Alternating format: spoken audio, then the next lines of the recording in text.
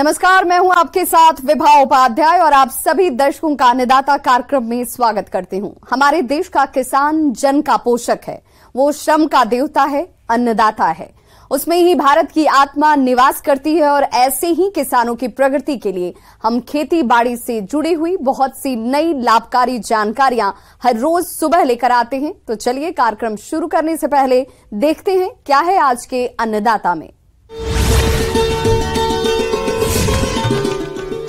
गैदा की उन्नत तकनीक से करें स्वस्थ पौध तैयार।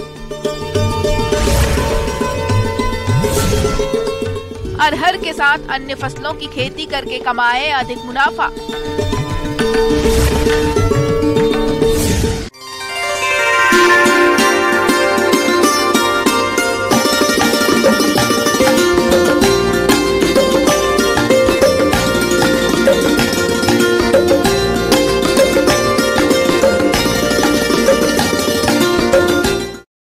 गेंदा यानी हजारे के फूलों की मांग अपने राज्य में हमेशा रहती है और इसी मांग के चलते किसानों को इसके फूलों से अच्छी आय भी मिलती है।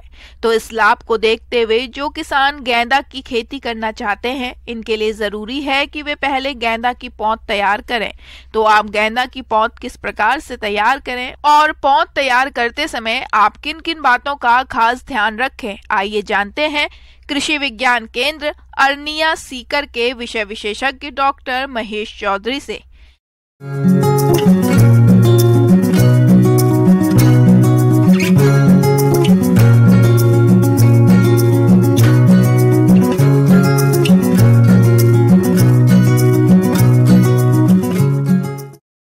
गेंदा के काफ़ी उपयोग हैं, खासकर इसके माला बनाने के लिए इसका प्रयोग काफ़ी ज़्यादा किया जाता है। किसान भाइयों, गेंदा की फसल वर्ष भर फूल देने के कारण इसकी बाजार में मांग भी अधिक रहती है, क्योंकि जिन महीनों में कोई अन्य फूल नहीं मिलते हैं, उन दिनों में भी गेंदा के फूल आसानी से मिल जाते हैं। गेंदा के फूलों का उपयोग पूजा, सजावट, इत्र, दवाइयाँ बनाने के लिए किया जाता है, इसलिए यह किसानों को अधिक लाभ देने वाली फसल है। इसकी खेती से किसानों को कम लागत में अधिक मुनाफा मिलता है। तो गेंदा क्योंकि जो गरीब से लेकर अमीर तक इसका प्रयोग करते हैं, इसलिए इसको गरीब का पुष्प भी कहा जाता है। तो आज हम बात करेंगे कि गेंदा की नर्सरी, गेंदा की जो पौधशाला है, वो हम कब तैयार कर सकते हैं, कैसे तैयार करेंगे और कैसे हम स्वस्थ पौधे तैयार कर सकते हैं। तो किसान भाइयों, मैं आपको बताना चाहूंगा कि गेंदा की दो तरह की किस्में होती है, एक अफ्रीकन गेंदा, दूसरा फ्रेंच गेंदा। अफ्रीकन गेंदा हम बोलते हैं जिसके पुष्प का आकार बड़ा हो, जिसमें लगभग 5 से 6 सेंटीमीटर का आकार के हो, साथ ही जो पौधे छोटे आकार के होते हैं वो फ्रेंच टाइप गेंदा होता है। तो इसकी बहुत सारी अच्छी उन्नतशील प्रजाति हैं। खासकर हम बात करें पूसा नारंगी गेंदा, पूसा बसंती गेंदा, पूसा अर्पिता, पूसा बहार, अर्का अग्नि। तो ये जो हम कलर के आधार पे अथवा हम किस आकार के हमें पुष्प चाहिए, उस आधार पे हम इनका चयन कर सकते हैं। उसके बाद में बात आती है कि हमें पौधशाला हम कब तैयार करें। तो हम, क्योंकि गेंदा को हम साल के 12 महीने में उगा सकते हैं, खासकर हम 3 मौसमों में इसको उगाते हैं, गर्मी, सर्दी और बारिश। सर्दियों में जो हम गेंदा उगाते हैं उसकी हमें पैदावार अधिक मिलती है और दूसरे जो मौसम में यदि हम गेंदा लगाते हैं तो उसकी जो पैदावार कम मिलती है। लेकिन यदि कोई शादी ब्याह है अथवा कोई दूसरे त्योहार है तो उनके अनुसार यदि हम गेंदा लगाएंगे तो हमें इससे अच्छे भाव मिल जाते हैं। कई बार आप लोगों ने देखा होगा कि जो गेंदा के जो भाव है वो प्रति किलो लगभग 100 रुपये किलो तक भी आसानी से पहुंच जाते हैं। तो जब हम पौधे तैयार करते हैं तो सबसे पहले हमें मिट्टी की अच्छी तरह तैयारी कर लेनी चाहिए। किसान भाइयों, खेत की तैयारी के समय पहली जुताई मिट्टी पलट हल से करें। इसके बाद 2 बार कल्टीवेटर से जुताई करके पाटा लगाकर खेत को समतल कर लेते हैं और फिर 3 मीटर लंबी और 1 मीटर चौड़ी क्यारी बना ले। क्यारी आप ऊंची उठी हुई बनाते हैं तो ज्यादा अच्छा रहता है। ऐसा करने से पौध में कीट रोग का प्रकोप तो कम होता है, साथ ही नर्सरी में विभिन्न कृषि कार्यों को करने में भी आसानी रहती है। तो जब हमने जमीन अच्छी तरह से तैयार कर ली, क्यारियां हमने तैयार कर ली, तो प्रति वर्ग मीटर के हिसाब से हमें उसमें लगभग 5 किलोग्राम अच्छी सड़ी गोबरी खाद भी डाल देनी चाहिए। फिर बात आती है कि हमें स्वस्थ बीजों का चयन करना बड़ा आवश्यक होता है। इसके जो बीज होते हैं वो चटकीले काले रंग के होते हैं, जिनको हम एकेन कहते हैं। यदि हमें पूर्ण विकसित यदि बीज नहीं मिले तो उनका अंकुरण कम होता है। अतः जब भी हमें ये ध्यान रखना चाहिए कि जो एक तो बीज अधिक पुराने नहीं हो, यदि 1 वर्ष से ज्यादा पुराने बीज होंगे तो उनका अंकुरण प्रतिशत कम हो जाता है। साथ ही ये बिल्कुल काले रंग के हो, तो उससे क्या होगा कि उसको ये माना जाता है कि बीज पूर्ण रूप से जो मेच्योर होता है, परिपक्व होता है, उनका जर्मिनेशन परसेंटेज भी अच्छा होता है। जब भी हम बात करते हैं इसके बीज दर की, तो हमें मौसम के ऊपर निर्भर करता है। जनरली हम प्रति एकड़ 200 से लेकर 250 ग्राम प्रति एकड़ के हिसाब से हम बीज का चयन करते हैं। उसके पश्चात जब हम बीजों की बुआई करते हैं, तो बीजों की बुआई करने से पहले हमें फफूंदनाशी दवा अथवा ट्राइकोडर्मा जो वीडी अपना कल्चर आता है, उससे 5 से 8 ग्राम ट्राइकोडर्मा, अथवा जब यदि हम कार्बेंडाजिम वगैरह यूज करते हैं तो 2 ग्राम प्रति kg के हिसाब से हमें उनसे भी बीज उपचारित कर लेना चाहिए। जब हम बीजों की बुआई करते हैं तो हमें बीजों की बुआई हमेशा कतारों में करनी चाहिए। कतार से कतार की दूरी लगभग 5 से लेकर 8 सेंटीमीटर की हम रखते हैं। और जो बीज से बीज की दूरी, क्योंकि बीज इसका बड़ा बारीक होता है और हमें बीज से बीज की दूरी मेंटेन करने में बड़ी समस्या आती है, तो हम कई बार किसान भाई इसमें जो बलुई मिट्टी होती है वो भी मिला देते हैं। हमें जो बीज से बीज की दूरी लगभग 1 से 2 सेंटीमीटर की हम रखते हैं, तो उससे जो अपने को बड़ा हेल्दी अच्छी ओज वाला पौधा हमें मिल जाता है। हमें यह भी ध्यान में रखना होता है कि जब हम बीजों की बुआई पौधशाला में करते हैं तो बीज अधिक गहराई पर नहीं जाने चाहिए, क्योंकि यदि हम अधिक गहरे बीज बो देंगे तो उनका अंकुरण प्रतिशत काफ़ी कम हो जाएगा। तो हमें 1 से 2 सेंटीमीटर ही बीजों की गहराई रखनी जरूरी होती है। जब हम लाइनों में इसकी बुआई कर देते हैं, उसके बाद में हमें उसके ऊपर जो अपना अच्छी सड़ी गोबरी खाद है वो लाइनों में हमें ऊपर उनको बिखेर देनी चाहिए, जिससे क्या होता है जर्मिनेशन अपना आसानी से हो जाता है, साथ ही उसमें नमी भी बनी रहती है। उसके बाद में हमें झाड़ी की सहायता से हमें हल्की सिंचाई कर देनी चाहिए और उसके ऊपर किसी घास फूस की परत से हमें ढक देना चाहिए, जिससे जो बीज चींटी वगैरह है वो बीज को नहीं लेके जाए और नमी के कारण बीजों की अंकुरण भी अच्छा हो जाता है। जब 25-30 दिन की पौध हो जाए, उसके बाद में हम मुख्य खेत में ले जाके इसका रोपण कर देते हैं।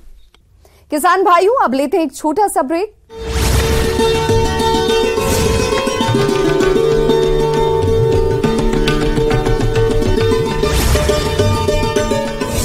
नेटवर्क न्यूज चेहरा है जो वो चुनाव जिताता है, और मेरी यही खूबी है जिसकी वजह से पायलट और गहलोत दोनों मेरे पीछे पड़े हैं पागल की तरह। बिल्कुल बिल्कुल, इसी बात को मैं आगे बढ़ाता हूं कि एक यहाँ पर इसी विधानसभा के सदन के अंदर एक सेमिनार थी। उस सेमिनार के अंदर भी राजेंद्र गुड़ा ने बोल दिया था कि हम चुनाव लड़ते हैं। वहाँ बिल्कुल संहिता की बात कही थी कि अच्छे से एक जनप्रतिनिधि का आचरण कैसा हो, उसको लेकर चर्चा विधानसभा के सदन के अंदर एक सेमिनार के दौरान चल रही थी, जहाँ लोकसभा के पार्लियामेंट के भी जो अधिकारी आए थे उनके सामने भी उन्होंने सीधे तौर पे कह दिया था उस समय कि हम पार्टी किसी और चुनाव से टिकट लगते हैं, टिकट के लिए पैसा देके आते हैं, फिर सत्ता में इस तरह से आ जाते हैं, तो ऐसे में कैसे रह सकती है कि संहिता बरकरार हो। तो कहने का मतलब ये है कि राजेंद्र गुड़ा अपनी जो बात है मुखर बात कहने में, और वो उसमें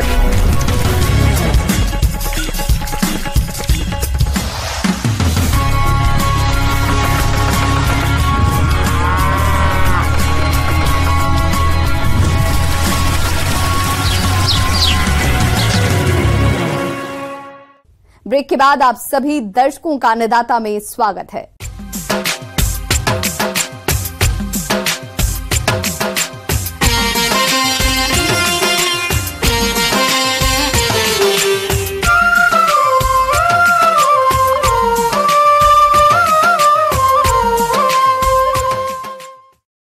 किसान भाइयों, अरहर एक लंबी अवधि वाली फसल है जो कि खेत में लंबे समय तक रहती है, लेकिन कभी कभी जल भराव, कम वर्षा या कीट व्याधियों के प्रकोप के कारण किसानों को इस फसल से वो लाभ नहीं मिल पाता है जो कि उन्हें मिलना चाहिए। ऐसी स्थिति में किसान अरहर के साथ 2 या 2 से अधिक अंतर्वर्ती फसलों की खेती करें तो वे होने वाले इस नुकसान से बच सकते हैं। तो किसान भाई खरीफ में अरहर के साथ अंतर्वर्ती फसलों की खेती किस तरह से करें, इस विषय पर विस्तार से जानकारी दे रहे हैं कृषि वैज्ञानिक डॉक्टर महेश कुमार सिंह।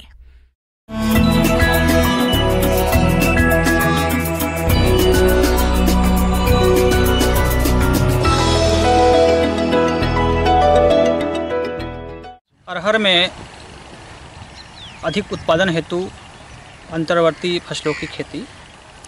किसान भाइयों, इसके लिए हमें यथासंभव अरहर की बुआई मेड़ों पर कतारों में करनी चाहिए। अरहर की बुआई के समय ही हमको विभिन्न दलहनी या तेलहनी फसलें या अन्य फसलों को अंतर्वर्ती फसलों के रूप में उगा करके लाभ लिया जा सकता है। किसी एक फसल के साथ दूसरी फसल को उगाना जिसमें कि एक फसल का दूसरी फसल पर कोई प्रतिकूल प्रभाव ना पड़े बल्कि एक फसल से दूसरी फसल को फायदा ही मिले, ऐसी विधि को सहफसली खेती कहते हैं। सहफसली खेती करने में कुछ बातों का ध्यान रखना जरूरी है, जैसे कि दोनों फसलें एक जाति की नहीं होनी चाहिए, एक फसल की छाया दूसरी फसल पर नहीं पड़नी चाहिए, दोनों फसलों का पोषक तत्व उपयोग करने का स्तर अलग अलग होना चाहिए। सहयोगी फसल मुख्य फसल से जल्दी पकने वाली और बौनी होनी चाहिए। सहयोगी फसल के कीट एवं रोगों का फैलाव मुख्य फसल पर नहीं होना चाहिए। वहीं सहयोगी फसल मुख्य फसल के बढ़वार पर कोई प्रतिकूल प्रभाव नहीं डालती हो। यदि अरहर के साथ उगाई जाने वाली सह फसल की बात करें तो इसमें मुख्य रूप से अरहर और मक्का, अरहर और मूंगफली, अरहर मूंग या उर्द, अरहर और तिल, अरहर और बाजरा तथा अरहर ज्वार आदि की खेती सफलता पूर्वक की जा सकती है। तो अरहर की विभिन्न प्रजातियां जैसे मालवी 13, बहार, नरेंद्र 1, इन प्रजातियों को लगाया जा सकता है। तो जनरली हम अरहर की बुआई 60 से लेकर 90 सेंटीमीटर की दूरी पर करते हैं, लेकिन जब हम अंतःवर्ती फसल के रूप में खेती करना चाहें तो कोशिश करना चाहिए कि कतारों से कतारों के बीच की दूरी 90 सेंटीमीटर रखें। और अगर हमें उसमें सोयाबीन लेना है तो 2 कतार सोयाबीन का ले लेंगे, मतलब 1:2 का रेशियो, 1 कतार अरहर का, फिर 2 कतार मड़ुआ का, या 2 कतार सोयाबीन का, या 2 कतार मूंगफली का। और अगर हमें बाजरा लेना है या फाडर सुरगम लेना है तो 1 कतार अरहर का 90 सेंटीमीटर के बीच में, फिर उसी में 1 कतार हम बाजरे का या फाडर सुरगम का ले लेते हैं। तो इस प्रकार से कतारों के बीच में हमें प्रबंधन करना होता है और कोशिश करना चाहिए कि पर्याप्त स्पेस रखें। तो हम बात करते हैं अरहर के साथ बाजरे का अंतर्वर्ती फसलें। तो बाजरे की कुछ प्रजातियां हैं, पूसा हाइब्रिड 1201, पूसा हाइब्रिड 1202, जैसे प्रोग्रो 9450, 9450 प्लस इत्यादि को अंतः फसलों के रूप में लिया जा सकता है। बाजरे की इन प्रजातियों को कतारों के बीच में 1 लाइन अरहर और 1 लाइन बाजरा का दे दिया जाता है। इस प्रकार बाजरे की भी उत्पादन हो जाती है और अरहर की भी उत्पादन हो जाती है और किसान भाई को ज़्यादा लाभ मिलता है। अरहर और मक्का की सहफसली खेती। अरहर की बहार नरेंद्र 1, पूषा 9 या अमर में से किसी एक प्रजाति का चयन कर इसकी बुआई जुलाई माह में करते हैं। अरहर में 90 सेंटीमीटर तथा पौधों से पौधों की दूरी 25 सेंटीमीटर रखते हैं। अरहर पंक्ति के बीच मक्के किस्में की 2 पंक्ति 20 सेंटीमीटर की दूरी पर लगाएं। इसके लिए अरहर की बीज दर 12 से 15 किलोग्राम प्रति हेक्टेयर तथा मक्का की बीज दर 10 किलो प्रति हेक्टेयर रखें। मक्का बुआई के समय urea 25 kilo, DAP 88, curate of potash 51 kilo प्रति हेक्टेयर की दर से प्रयोग करें। जमाव के 15 दिन पर पहली निकाई एवं 35 से 40 दिन पर दूसरी निकाई करें। मक्का की सिल्किक अवस्था पर नमी की कमी रहने पर सिंचाई करें। अरहर, मूंग और उर्द की सहफसली खेती। उर्द की किस्मों जैसे टाइप 9, पंत उर्द 19 या मूंग की पंत मूंग 1, पंत मूंग 3 तथा नरेंद्र मूंग 1 में से उपयुक्त प्रजातियों का चुनाव कर बुआई करें। अरहर की 2 पंक्तियों के बीच उर्द या मूंग की 2 पंक्तियों की बुआई करें। अरहर का बीज दर 10 से 12 किलोग्राम प्रति हेक्टेयर तथा उर्द या मूंग की बीज दर 10 किलो प्रति हेक्टेयर रखें। 2 ग्राम कार्बेंडाजिम दवा से प्रति किलो बीज को शोधित करें तथा अरहर के बीज को राइजोबियम कल्चर से बीज उपचारित अवश्य करें। दूसरा है अंतर्वर्ती फसल ज्वार। ज्वार में किसान भाई उसको दाने के पर्पज से भी ले सकते हैं और ज्वार को आप चारे के पर्पज से भी ले सकते हैं। अगर चारे के लिए ले रहे हैं तो वहाँ पर आप चारे वाली प्रजातियों को लें, जैसे रसीला है, MP चरी है और बहुत सी प्रजातियाँ हैं, इनको आप ले सकते हैं। मेड़ पे बोई गई अरहर के 1 कतार के बीच में 1 कतार चारे की ली जा सकती है।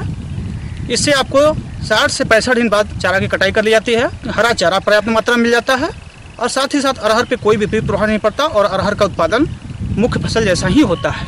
ठीक इस तरह से हम अरहर के साथ सोयाबीन को भी ले सकते हैं। कुछ किसान भाई परंपरागत तरीके से अरहर और मूंगफली की भी खेती करते हैं, लेकिन ध्यान देना होता है कि मूंगफली और अरहर का अंतर्वर्ती फसल उन्हीं एरिया में सफलतापूर्वक ली जा सकती है जहाँ की ज़मीन हल्की दोमट या दोमट प्रकार की हो। और मूंगफली की विभिन्न प्रजातियाँ जो कि अक्टूबर के लास्ट सप्ताह से 15 नवंबर तक खुदाई हो जाती है। उसके बाद अरहर पर कोई विपरीत प्रभाव नहीं पड़ता और अरहर का बढ़वार होता रहता है और फरवरी मार्च तक अरहर की भी कटाई हो जाती है। अरहर का जो पोषक तत्व रिक्वायरमेंट है, जो पोषक तत्वों की ज़रूरत पड़ती है, वो 20 से 40 किलोग्राम नाइट्रोजन, 50 से 60 किलोग्राम फास्फोरस और 40 किलोग्राम पोटास देने की ज़रूरत पड़ती है प्रति हेक्टेयर। लेकिन जब हम इसमें अंतर्वर्ती फसलें लेते हैं तो हमें कोशिश करनी चाहिए कि अंतर्वर्ती विभिन्न फसलों की जो पोषक तत्व रिक्वायरमेंट है उसका कम से कम आधा मात्रा अवश्य दें, जबकि अरहर का पूरा पोषक तत्व हमें देना पड़ेगा। आइए अब जानकारी लेते हैं सहफसली खेती में रखी जाने वाली सावधानियों पर। मुख्य फसल की बुआई पहले करें, बाद में गौड़ फसल की बीज को आपस में मिलाकर बुआई न करें। गौड़ फसल की फसल अवधि कम होनी चाहिए और इसकी कटाई सावधानी पूर्वक करें, जिससे कि मुख्य फसल को कोई क्षति न हो। किसान भाइयों, इनमें बीजों की बुआई के पूर्व इनको फफूंदनाशक दवा से अवश्य उपचारित करें तथा दलहनी फसलों के बीजों को उपयुक्त जैविक कल्चर से उपचारित करें। तो इस प्रकार हम विभिन्न फसलों का अरहर के साथ अंतर्वर्ती खेती करके अरहर के उत्पादन में बढ़ोतरी कर सकते हैं, मुनाफा भी हम ज़्यादा ले सकते हैं। साथ ही साथ दलहनी फसलों को लेने से मृदा क्षरण भी नहीं होता और मृदा का जो उत्पादकता है, भौतिक अवस्था है, रासायनिक अवस्था है, वो भी बरकरार रहती है। तो इस प्रकार अरहर के साथ विभिन्न प्रकार की अंतर्वर्ती फसलें जो है किसान के लिए बहुत ही लाभकारी। आगे और भी हैं खेती बाड़ी से जुड़ी हुई बहुत सी रोचक जानकारियां। यहां रुकेंगे एक छोटे से ब्रेक के लिए।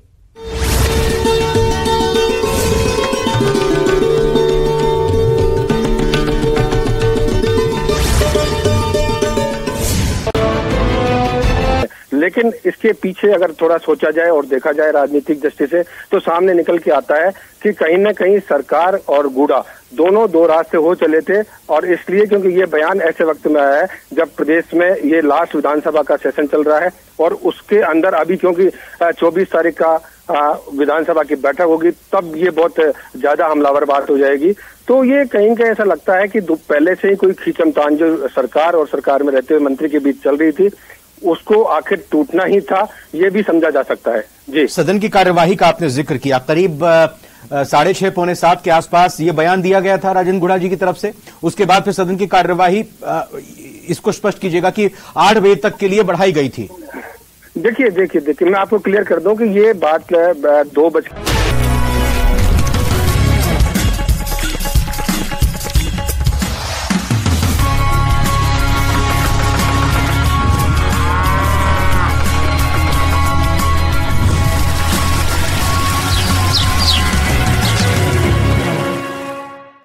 ब्रेक के बाद एक बार फिर से आप सभी दर्शकों का अन्नदाता कार्यक्रम में स्वागत है।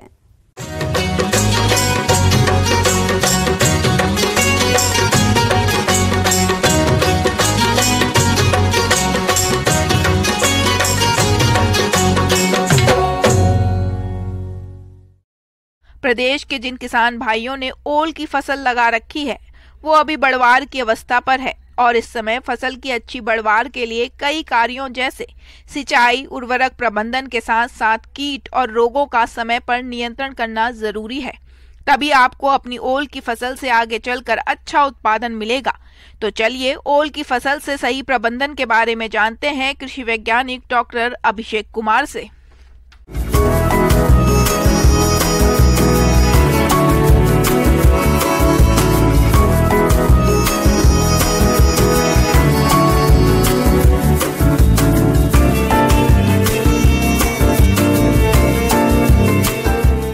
किसान भाइयों को इस बात का भी ध्यान देना चाहिए कि खेत में जल निकासी का उचित प्रबंधन होना चाहिए, क्योंकि जल जमाव जब होगा उसमें, तब भी हमारा ओल का कंद सड़ने लगता है और उसका जो है असर जो है अन्य पौधों पर भी पड़ता है। तो इसके लिए इस बात का ध्यान देते हुए हमको जल निकासी का प्रबंधन करना चाहिए।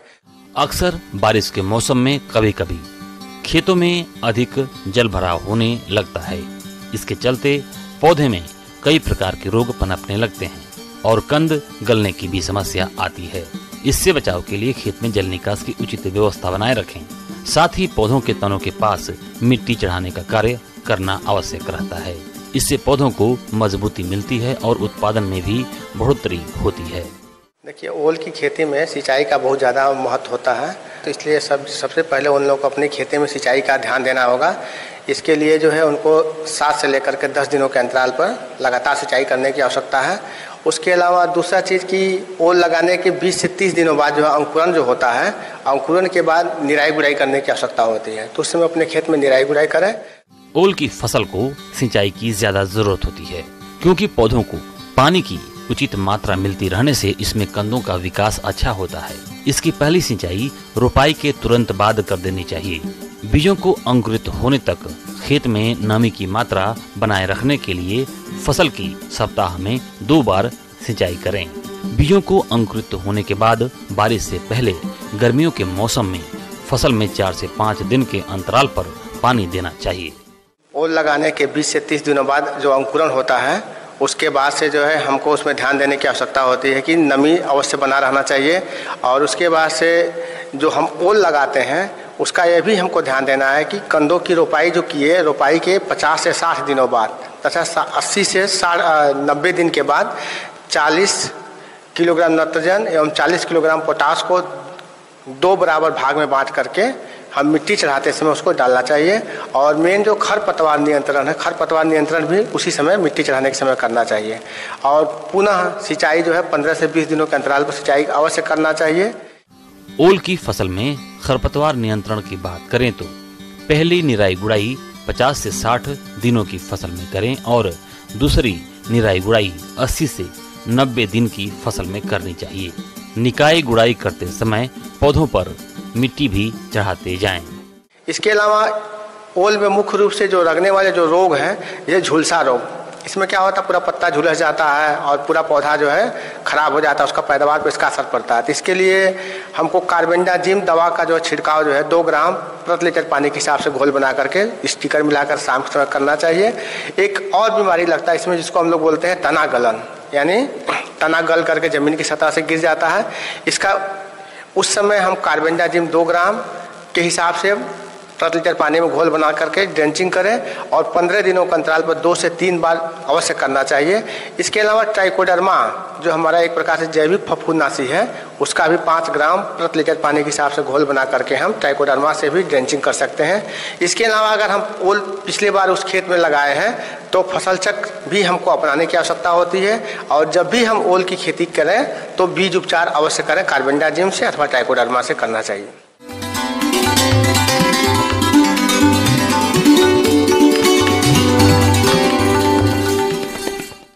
आइए जानते हैं अन्नदाता निःशुल्क फोन के माध्यम से पूछे गए समस्याओं का समाधान।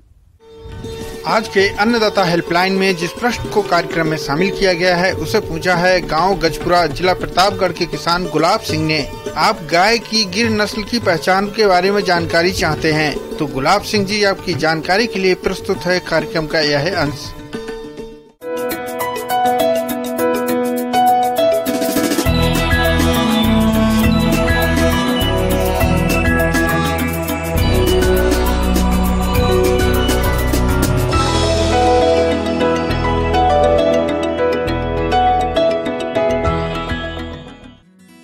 किसान भाइयों, यदि आप गिर गाय का पालन करना चाहते हैं तो आपको सबसे पहले इस गाय की पहचान के लक्षणों के बारे में जानकारी होना जरूरी है।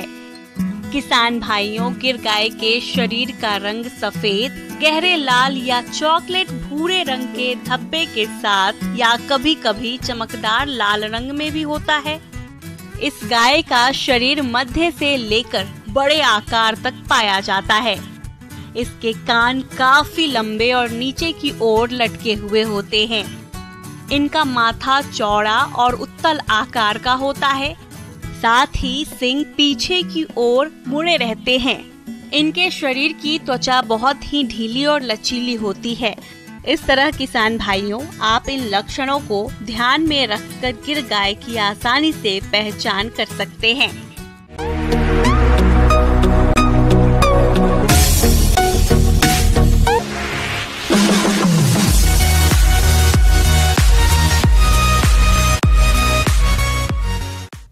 एक नजर डालते हैं राज्य के कुछ मंडियों के प्रमुख फसलों के बाजार भाव पर।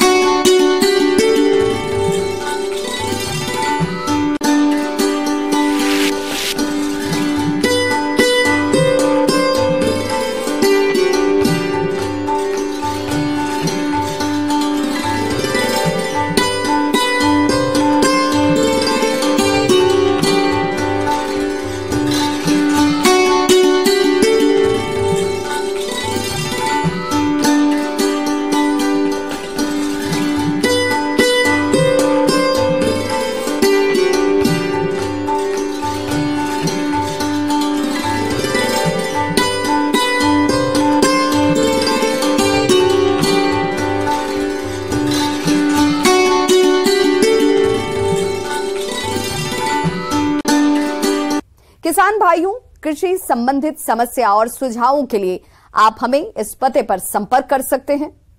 प्रोड्यूसर अन्नदाता, news 18 Rajasthan, Ramoji film city, Hyderabad 501512। साथ ही आप हमें ईमेल भी कर सकते हैं। हमारा ईमेल है p18annadaata@nw18.com। इसके अतिरिक्त आप हमें निःशुल्क हेल्पलाइन नंबर 1800889216 पर सोमवार से शनिवार सुबह 10 बजे से शाम 4 बजे के बीच संपर्क भी कर सकते हैं। अब समय हो रहा है आपसे विदा लेने का।